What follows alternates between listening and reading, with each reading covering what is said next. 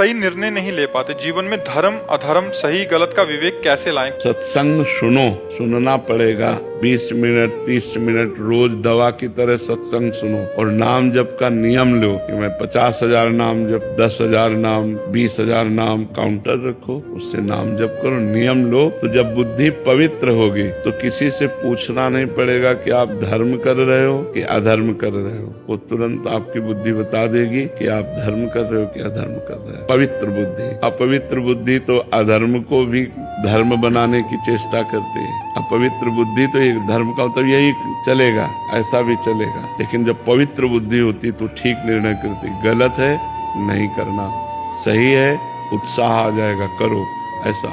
तो 30 minute 40 minute सत्संग सुने और अगर एकदम आपका मन सत्संग में नहीं लगता तो एक क्लिप देख ले 5 मिनट की 10 मिनट की, तो कुछ शब्द तो सत्संग के जाएंगे तो अपना प्रभाव दिखाई देंगे।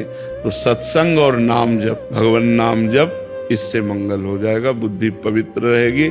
हमें क्या करना चाहिए क्या नहीं करना चाहिए ये हमारी बुद्धि ठीक निर्णय कर पाएगी। जल्दी जल्दी कसम नहीं खानी चाहिए। ये लोग जो कसम खाते हैं, तोड़ देते हैं, फिर संकल्प करते हैं, छोड़ देते हैं, उनके पुण्य नष्ट हो जाते हैं, हृदय जलेगा, अवनति होगी, उपहास होगा, निंदा होने लगेगी, ऐसे आचरण बन जाएंगे। जैसे आप कोई नशा कर रहे हैं, कोई गलत आचरण आप में है तो कसम मत खाओ, नियम लो, मैं आज से नहीं करूंगा, कोशिश करूंगा, महीना 2 महीना कोशिश करो, हार जाओ फिर कोशिश करो। कसम तब लेनी चाहिए जब 2-4 महीने वो काम ना करें। जब हमने देख लिया 2-4 महीने से मैं ऐसा नहीं कर रहा, अब मैं कसम ले सकता हूँ। पहले कसम ले लेने से फिर टूट जाने पर फिर अपराध लगता है और पुण्य नष्ट होते हैं, परेशानियां आ जाती हैं। इसलिए सहसा जल्दी कसम नहीं खानी चाहिए, संकल्प नहीं करना चाहिए। एक बार किसी बात पे हम बहुत चिंतित थे तो एक पागल एक छड़ी लिए था और ऐसे घुमा रहा था और हमारे सामने आया, ऐसे गा रहा था, ऐसी शक्ति हमें दे न दाता, मन का विश्वास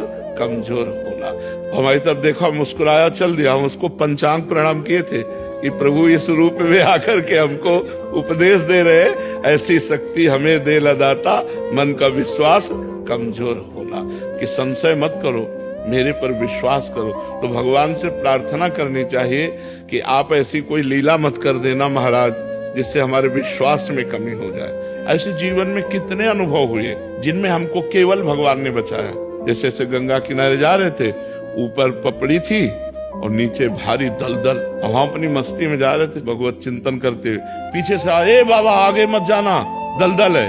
हमने पीछे मुड़के देखा, कोई नहीं दिखाई दिया। जो ही ऐसे छड़ी किया, अरे हमको आप बताओ यहाँ कौन आता निकालने। भगवान ने आवाज दी और कोई दिखाई नहीं दिया और हमें लगा मेरा मालिक मेरे साथ है, वो मुझे देख रहा है। तो हमें लगता है कि अगर हम भगवान से प्रार्थना करें कि आप हमारे विश्वास को कभी न तोड़ना, नाथ हमारा विश्वास बढ़ता जाए, ऐसी शक्ति हमें दे न दाता, मन का विश्वास कमजोर हो। विश्वास कमजोर हो गया तो फिर किसी के समझाए नहीं समझोगे आप।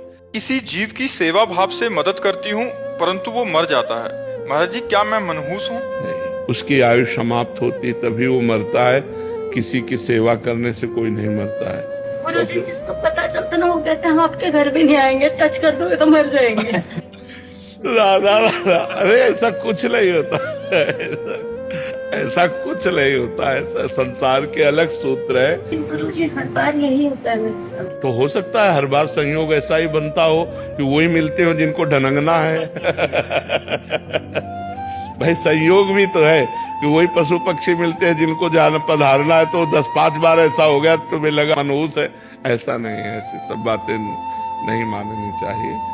और ऐसी बातें दिमाग में बैठा लो तो डिप्रेशन हो जाएगा। जितना लिखा है उतने में ही श्वासें रहेंगी, चाहे पशु पक्षी की हो चाहे मनुष्य की हो, किसी के छूने या किसी की सेवा करने या किसी के कहने से। अगर कहने से हो तो बहुत लोग मनाते हैं कि पड़ोसी मर जाए, वो मर जाए, सब मर ना जाए। ऐसे कोई नहीं मरता, जब जिसकी आयु आती तभी मरता है, उसको भोगना पड़ेगा। वो चाहे कीड़े पड़ जाए, जब तक आयु नहीं समाप्त है तब तक नहीं मर सकता।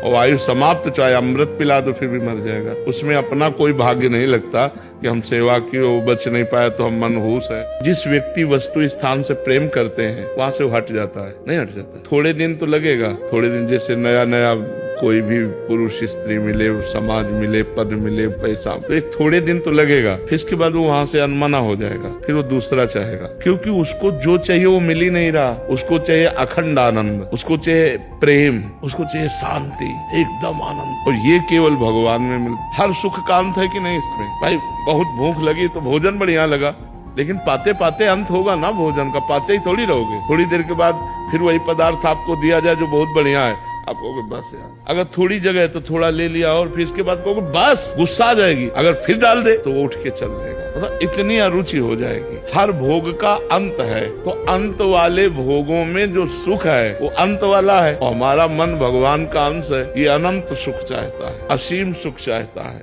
हम जब किसी की पीड़ा या दुख देखते हैं, सुनते हैं तो दुखी हो जाते हैं। क्या प्रभु से प्रार्थना करने पर सामने वाले की पीड़ा कम हो सकती? हम ये सहयोग कर सकते हैं कि भगवान से प्रार्थना करें कि उसको सहन करने की शक्ति दे। हमारे पास अर्थ हो तो हम उसकी दवा की व्यवस्था करें, जो अन्न धन आदि जो भी व्यवस्था, लेकिन हम किसी के प्रारब्ध को मिटा सके ऐसा असंभव है। अगर प्रारब्ध दुआओं से नष्ट होता, आशीर्वादों से नष्ट होता, तो यहाँ आकर के सैकड़ों गृहस्थ जन हमें आशीर्वाद दे गए, सैकड़ों संत जन आशीर्वाद दे गए, स्वस्थ रहो ऐसा। लेकिन डायलिसिस होता है, किडनी खराब है, कष्ट शरीर में रहता है। अवश्य में भोक्तव्यम कृतम कर्म शुभाशुभम। इसलिए हम किसी के दुख से दुखी होना, ये हमारा मतलब सात्विक हृदय है, पर हम उसके दुख को दूर नहीं कर सकते, उपाय कर सकते हैं, भगवान से प्रार्थना कर सकते हैं। हम अन्न वस्तु औषधि आदि की ये सहायता कर सकते हैं, बकाया मिटाया नहीं जा सकता। अगर मिटाया जाता तो भजन बल से मिट जाता, नहीं मिटाया जाता, इसे भोगना पड़े, भोग के ही मिटाया जा सकता है। हम सबके अंदर एक कमजोरी है, हमें कोई प्यार करे, पर यहाँ वो प्यार मिलता नहीं है कि निस्वार्थ कोई हमारा सहयोग करे और हमें प्यार करे। तो यहाँ सब स्वार्थ से प्यार करते हैं, कोई निस्वार्थ प्रेम करने वाला तो है नहीं। और संसार में हम प्यार चाहते हैं तो धोखा मिलता है, और ये कमजोरी बहुत गिराती है। अपने लिए हमें प्यार करेगा, हमारे लिए हमको कोई प्यार नहीं करता। तो ये बात हम अनुभव की कह रहे हैं। हमारा जो मन मांग रहा था वो कहीं नहीं मिला, वो प्रिया जी के चरणों तो हमें चाहिए कि अपने मन को बचा के हरि के चरणों में, सा वही मना कृष्ण पदारविंदयो, भगवान के चरणों तक पहुंचा दे, तो मनुष्य जीवन की सार्थकता हो जाएगी। इनको लगता है कि सब कुछ पहले से तय है, सब कुछ मतलब सब कुछ। ये आलसियों की तरह नहीं बैठ जाया जाता कि हमारे भाग्य में पुरुषार्थ करने के लिए मनुष्य जन्म मिला है। सब कुछ तय के अनुसार पशु पक्षी आदि योनियां चलती हैं, मनुष्य नहीं। मनुष्य नया कर्म करके अपने प्रारब्ध को बदल कर अपने भाग्य को मिटा करके भगवत प्राप्ति करता है। अगर केवल भाग्य के अनुसार हो तो केवल दो ही है भाग्य में, सुख और दुख, पाप और पुण्य के फल, बस। इसके बाद क्रियमाण, आप पाप कर्म करते हो या पुण्य कर्म करते हो या भजन करते हो, ये आपके ऊपर निर्धारित है। ये आलसी प्रमादी स्वभाव में ये जो होगा सो हो जाएगा। ऐसे प्रमादी जीवों का कल्याण नहीं होता। चाहे लौकिक उन्नति हो चाहे पारलौकिक उन्नति, पुरुषार्थ के बिना थोड़ी आ जाएगा। पुरुषार्थ करना चाहिए।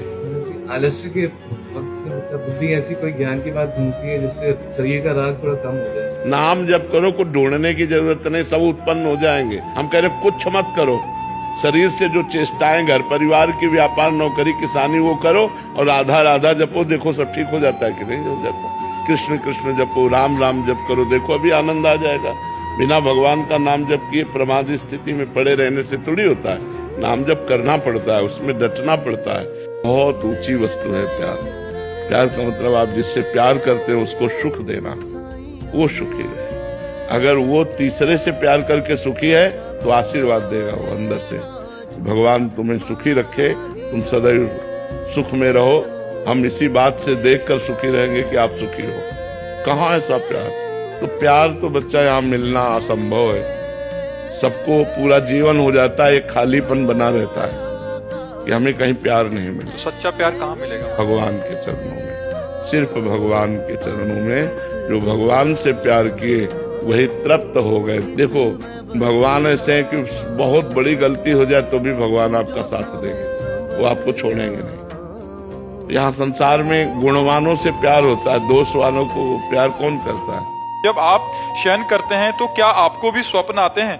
आपको क्या? वैसे इतना ज्यादा शयन ही नहीं होता कि स्वप्न के लिए टाइम हो। स्वप्न तो तब आते हैं जब नींद से ज्यादा आप शयन करें। तो यहाँ तो इतनी रगड़ है कि अब हमें है कि हमें मरना है तो हम डट के भजन करें। अब जब तक हमारे अंदर बेहोशी नहीं आती तब तक तो भजन चलता रहता है।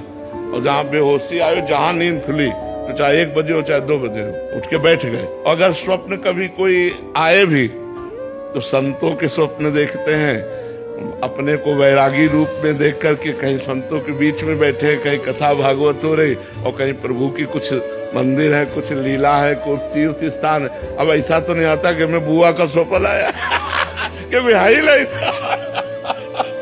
अब हमारे कोई हाई लाई ना। महाराज जी पद यात्रा तो नहीं आती? बहुत सारे लोग जय हो कर रहे हैं ना, ये सब नहीं, इनका प्रवेश नहीं है।